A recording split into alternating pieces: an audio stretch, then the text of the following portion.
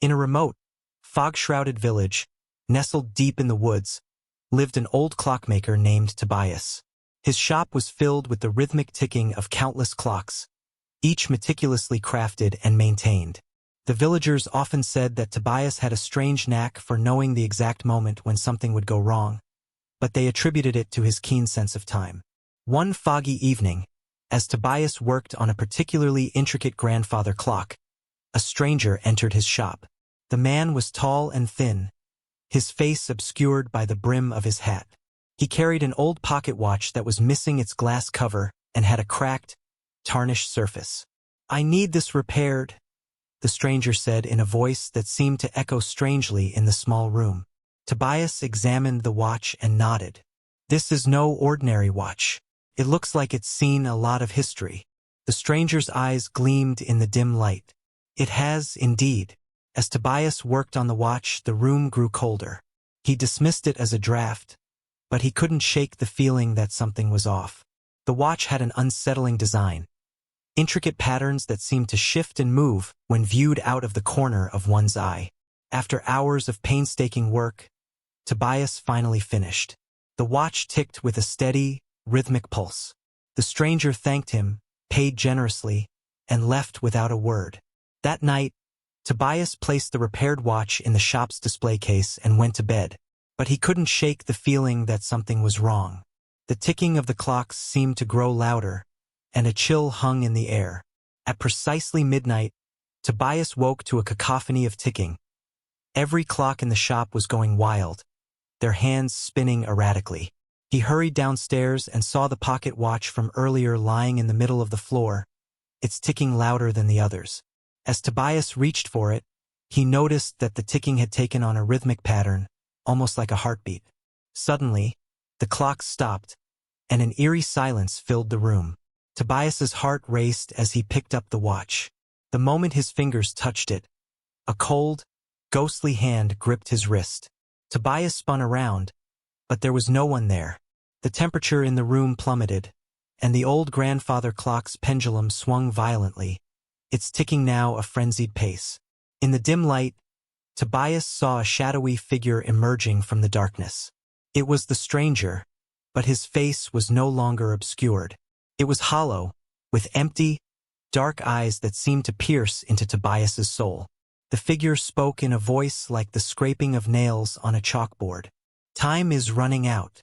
Tobias's eyes were drawn to the pocket watch in his hand. The hands of the watch spun faster and faster, and with each rotation, the ticking seemed to warp reality. The clocks around him began to tick backward, their hands moving in reverse. Panic surged through Tobias as he realized the watch was manipulating time itself. He tried to throw it away, but it felt as if it was glued to his hand. The shadows around him grew darker, twisting into shapes of faces and hands reaching out for him. Then, as suddenly as it began, everything stopped. The clocks resumed their normal ticking, and the temperature returned to normal. The shadowy figure was gone, leaving Tobias alone in the quiet shop. The pocket watch lay on the floor, its glass cover mysteriously intact now. The next morning, Tobias found the village in disarray. People spoke of strange occurrences, lost time, unexplained events, and a chilling feeling that someone or something was watching them. Tobias never saw the stranger again, but he found himself haunted by the watch's rhythmic pulse that never seemed to leave his mind. Every now and then, when the room falls silent, Tobias can still hear the faint ticking of the watch, reminding him that time, once altered, never truly resets. Weeks passed since the eerie night Tobias had spent with the mysterious pocket watch. Life in the village had returned to its routine, but Tobias found himself plagued by sleepless nights and an unshakable dread. The once familiar ticking of his clocks now seemed menacing, as if each tick carried a hidden warning. One evening, as Tobias worked on a new clock, he noticed a peculiar inscription on the back of the pocket watch. The inscription was in an ancient script that he couldn't decipher. He decided to visit the village's old historian, Mrs. Linton, who was known for her knowledge of forgotten lore. Mrs. Linton's home was a cluttered museum of artifacts and ancient texts. When Tobias showed her the watch, Her eyes widened with a mix of fear and recognition. "This watch," she said, her voice trembling, "is not just any timepiece. It's a relic of an old legend, a timekeeper of sorts, said to be tied to a curse. Those who come into contact with it are doomed to face the consequences of their meddling with time." Tobias felt a chill run down his spine. "What consequences?" Mrs. Linton continued. "The watch can alter time, but at a terrible cost. It feeds on the essence of those it touches, slowly drawing their life force as it manipulates time. The figure you saw, it's one of many who have been ensnared by the watch. They become part of its ticking, forever trapped in a loop of their last moments." Tobias was horrified. He had to find a way to break the curse. Mrs. Linton suggested that the only way to free himself was to return the watch to where it originated, a forgotten place marked by ancient symbols and shrouded in mystery. With a heavy heart, Tobias set out on a journey to find this place. He followed the clues Mrs. Linton had provided, which led him deep into the woods, to an old, abandoned monastery hidden beneath layers of overgrown vegetation. The monastery was a crumbling ruin, its walls covered in eerie, glowing symbols. Tobias followed the symbols until he reached a central chamber where an altar stood. On the altar was a dark, ornate box that seemed to pulse with an otherworldly energy. Tobias placed the pocket watch on the altar and took a step back. As he did, the air around him grew heavy, and the shadows in the chamber began to swirl. A deep, resonant ticking filled the room, growing louder and more frantic. The temperature dropped, and the atmosphere became suffocating. From the shadows emerged the same shadowy figure Tobias had seen before, its hollow eyes locked onto him. The figure extended a spectral hand toward Tobias, and the watch began to tremble on the altar. "You cannot undo what has been done," the figure's voice echoed. Tobias mustered all his courage and spoke loudly. "I am here to end the cycle. Let time flow as it should." The figure's eyes seemed to waver, and the ticking grew erratic. Tobias noticed that the inscriptions on the walls began to shift and glow, converging around the watch. A blinding light erupted from the watch, filling the chamber. When the light subsided, the figure was gone, and the chamber fell silent. Tobias cautiously picked up the watch. It felt lighter, as if its dark power had been stripped away. He placed it back into the ornate box and sealed it. As he made his way back to the village, Tobias felt a profound sense of relief. The oppressive atmosphere had lifted, and the ticking of the clocks seemed to return to a normal, comforting rhythm. Back in his shop, Tobias resumed his work with a renewed sense of purpose. He never forgot the nightmarish encounter or the figure that had haunted him, but he hoped that, by returning the watch to its resting place, he had set things right. The village, too, seemed to have returned to normal, and the strange occurrences gradually ceased. Yet, on quiet nights when the fog rolled in and the clocks ticked softly, Tobias sometimes thought he could still hear the faint echo of the watch's relentless ticking, a reminder that time, once tampered with, was never truly in one's control. Months had passed since Tobias returned the cursed pocket watch to its resting place in the old monastery. The village seemed to have returned to normal, but Tobias remained haunted by the memory of the shadowy figure and the relentless ticking. His once comforting clocks now felt like a constant reminder of the dark forces he had encountered. One evening, as Tobias was closing his shop, a letter arrived. An old parchment sealed with a wax emblem he didn't recognize. The letter was from an unknown sender, and its content was cryptic.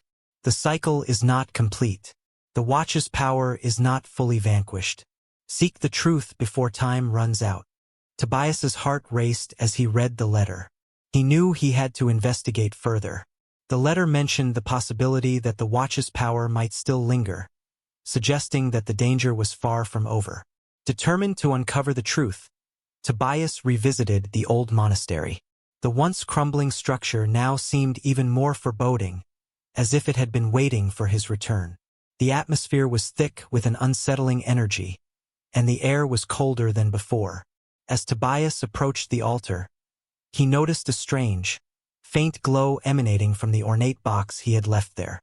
His previous efforts seemed to have only disturbed the equilibrium.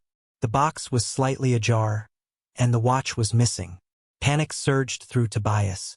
He needed to find the watch before its power could wreak more havoc. He searched the monastery meticulously, finally discovering a hidden compartment behind an ancient tapestry. Inside, there was an old, leather-bound tome covered in dust. Tobias opened the tome, revealing handwritten notes and diagrams detailing the watch's history and its dark purpose. The notes spoke of an ancient ritual meant to bind the watch's power forever, but it had to be performed by someone who had a deep connection to the artifact, someone like Tobias himself. The ritual involved a series of steps: finding specific ancient symbols, performing a complex series of chants, and finally confronting the dark entity that was bound to the watch. Tobias realized he had to complete the ritual or risk the watch's power consuming everything. Armed with the tome and a newfound resolve, Tobias ventured deeper into the monastery's hidden passages, guided by the symbols described in the book. Each step he took seemed to draw him closer to the heart of the darkness that had been haunting him. He reached a chamber adorned with intricate carvings and symbols. At the center was a stone pedestal with the watch lying on it, its surface now glowing with a sinister light.